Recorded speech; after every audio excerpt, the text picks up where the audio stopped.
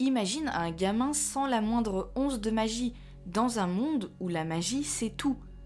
Pas de mana, pas de pouvoir, rien. Et pourtant, c'est lui qui devient le plus dangereux de tout l'univers de Black Clover. Pourquoi ?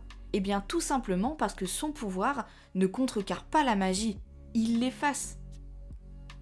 Dans cette vidéo, je vais te prouver pourquoi l'anti-magie est objectivement le pouvoir le plus pété de tout l'animé. Juste avant de commencer la vidéo, n'hésite pas à la liker et pourquoi pas t'abonner, ça me ferait extrêmement plaisir. Bon, déjà faut qu'on soit d'accord sur quelque chose. Dans Black Clover, la magie c'est pas juste un pouvoir, c'est une identité, une hiérarchie sociale, presque une religion. T'es né avec du mana, t'as ta place dans ce monde. T'es né sans mana, t'existes à peine. Et Asta, lui, il est né avec 0 mana. Dans un monde où chaque enfant reçoit un grimoire à 15 ans, lui, Asta, il ne reçoit rien. Ou plutôt, il reçoit un grimoire maudit, un grimoire à 5 trèfles que personne n'a vu depuis des siècles.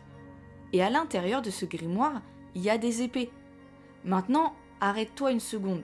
Parce que là, tu vas me dire, ok, c'est cool, il y a des épées, mais bon. Mais non, parce que ça serait passé à côté de tout. Parce que l'anti-magie, c'est pas juste une arme, c'est une anomalie dans l'univers de Black Clover. Et je vais t'expliquer exactement pourquoi. La magie dans Black Clover, elle fonctionne sur un principe simple. Tout est énergie. Les mages canalisent leur mana, ils le transforment et ils créent des sorts. Feu, glace, vent, espace-temps, âme, gravité, etc. Tout est possible tant que t'as du mana.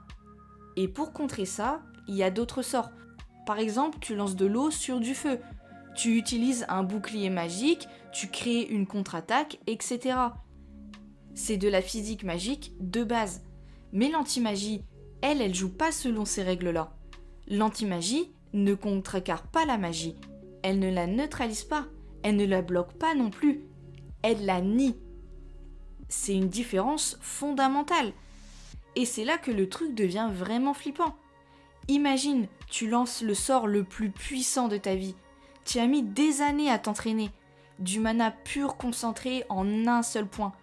Et là, Asta, lui, il va juste lever son épée. Et ton sort, il disparaît. Comme si tu n'avais jamais rien lancé. Pas de résistance, pas d'explosion, rien. Le néant total. C'est psychologiquement dévastateur pour un mage.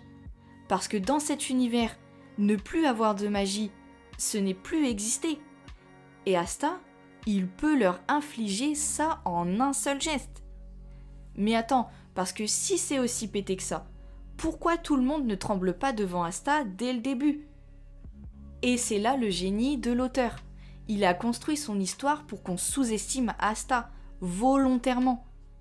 Au début, Asta c'est le gamin qui crie et qui se fait éclater à tous les coins. Il a pas de style, il est pas mystérieux, il est juste bruyant. Et ça c'est une stratégie narrative. Parce que si on comprenait dès l'épisode 1 que son pouvoir il était cassé, bah il y a 0 tension en fait. Mais sous la surface, l'anti-magie a des propriétés que l'animé révèle progressivement. Et chacune est plus folle que la précédente. L'anti-magie, elle peut annuler un sort sans exception. Le feu divin, la magie du temps, la malédiction de démons, elle peut aussi se diffuser dans tout le corps. Asta peut enduire ses bras, ses jambes, sa peau, entièrement de magie. Il brise les sorts juste en les touchant. Et surtout, et c'est là que ça devient vraiment flippant, elle annule les causes et pas juste les effets. Avec l'une de ses épées, il peut remonter jusqu'à la source d'une malédiction et l'effacer directement. Mais bon, là on est encore juste dans la théorie. La vraie question c'est, face au plus grand mage de l'univers, est-ce que ça tient ? Spoiler, ça fait bien plus que tenir. Là on va passer au concret. Par exemple, si on prend le combat contre Asta face à Ladros, lui Ladros il absorbe n'importe quelle magie et la renvoie amplifiée x 1000. Sauf que l'anti-magie, bah c'était pas de la magie. Il absorbe du vide, il absorbe rien. Si ensuite on prend Asta contre Veth, Lui, Veth, c'est la magie du désespoir. Il détruit mentalement son adversaire avant même qu'il frappe. Mais Asta, son corps, sans mana, il ne reçoit pas la magie. Il est littéralement imperméable psychologiquement. Ensuite, si on prend par exemple Asta contre Dante, et là c'est ce combat-là qui va prouver que l'antimagie est une menace existentielle. Dante, lui, il se régénère de n'importe quelle blessure grâce à sa magie. Sauf qu'une fissure faite par l'antimagie ne peut pas être guérie par la magie. Elle reste. Maintenant, imagine ce que ça donne si Asta active son mode ultime. Le Devil Union. Lieb, son démon, il est né sans magie dans le monde des démons. Une anomalie absolue.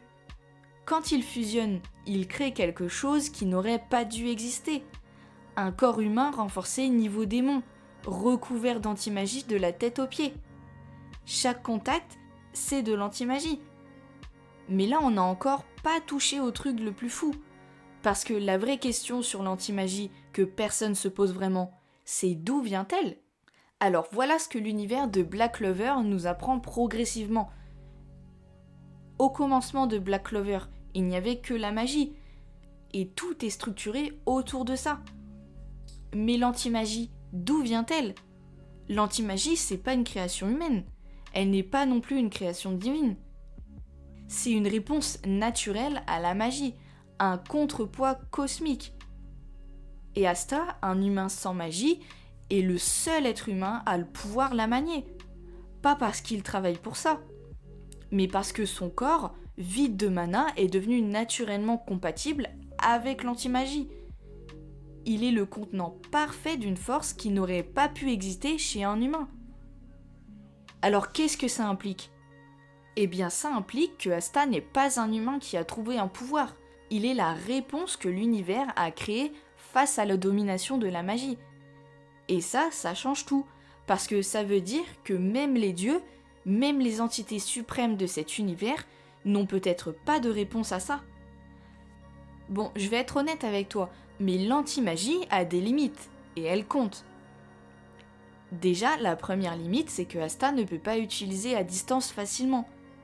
La plupart du temps, il doit être au contact, ce qui veut dire qu'il doit traverser les sorts pour les annuler. Et contre des mages qui jouent à distance, c'est très dangereux. La deuxième limite, c'est que le Devil Union est limité dans le temps. Asta et Lieb ne peuvent pas maintenir leur fusion éternellement. Et une fois que ça tombe, Asta il est exténué. La troisième limite, il ne peut pas soigner. L'antimagie annule. Elle ne crée pas. Asta ne peut pas guérir ses alliés. Il ne peut pas reconstruire ce qui est détruit. La quatrième limite, c'est que son corps reste vulnérable. Ça reste un humain. Une épée normale peut le blesser. Un impact physique pur, sans magie, l'atteint. Ces limites sont là, et elles sont importantes. Mais voilà ce que j'ai réalisé en y réfléchissant. Ces limites ne réduisent pas l'antimagie à un pouvoir ordinaire. Elles en font un pouvoir humain. Un pouvoir qui demande du courage, de la vitesse, de l'endurance et une volonté de faire. Pas juste de lancer des sorts depuis derrière. Et c'est pour ça qu'Asta fonctionne, parce que son pouvoir est à son image. Alors le pouvoir le plus cassé de Black Clover, on aurait pu dire que c'était celui de Yuno avec ses sorts de vent, ou alors celui de Licht avec sa magie de lumière, ou encore celui de Lucifero avec sa gravité absolue. Mais non, le pouvoir le plus cassé de l'animé, c'est bien l'antimagie, et c'est Asta qui l'apporte. Pas parce qu'il est plus fort en termes de puissance brute, mais parce que dans un univers où tout repose sur la magie, avoir la capacité de nier la magie, c'est avoir la capacité de nier les règles de cet univers. Asta ne joue pas mieux que les autres à un jeu commun, il joue à un jeu différent, un jeu où lui seul connaît les règles. Mais maintenant j'ai une question pour toi. Si Asta en mode Devil Union affrontait Goku Ultra Instinct, est-ce que l'antimagie pourrait faire quelque chose ? Laisse-moi ta réponse en commentaire, parce que les meilleures théories, je les lis toutes.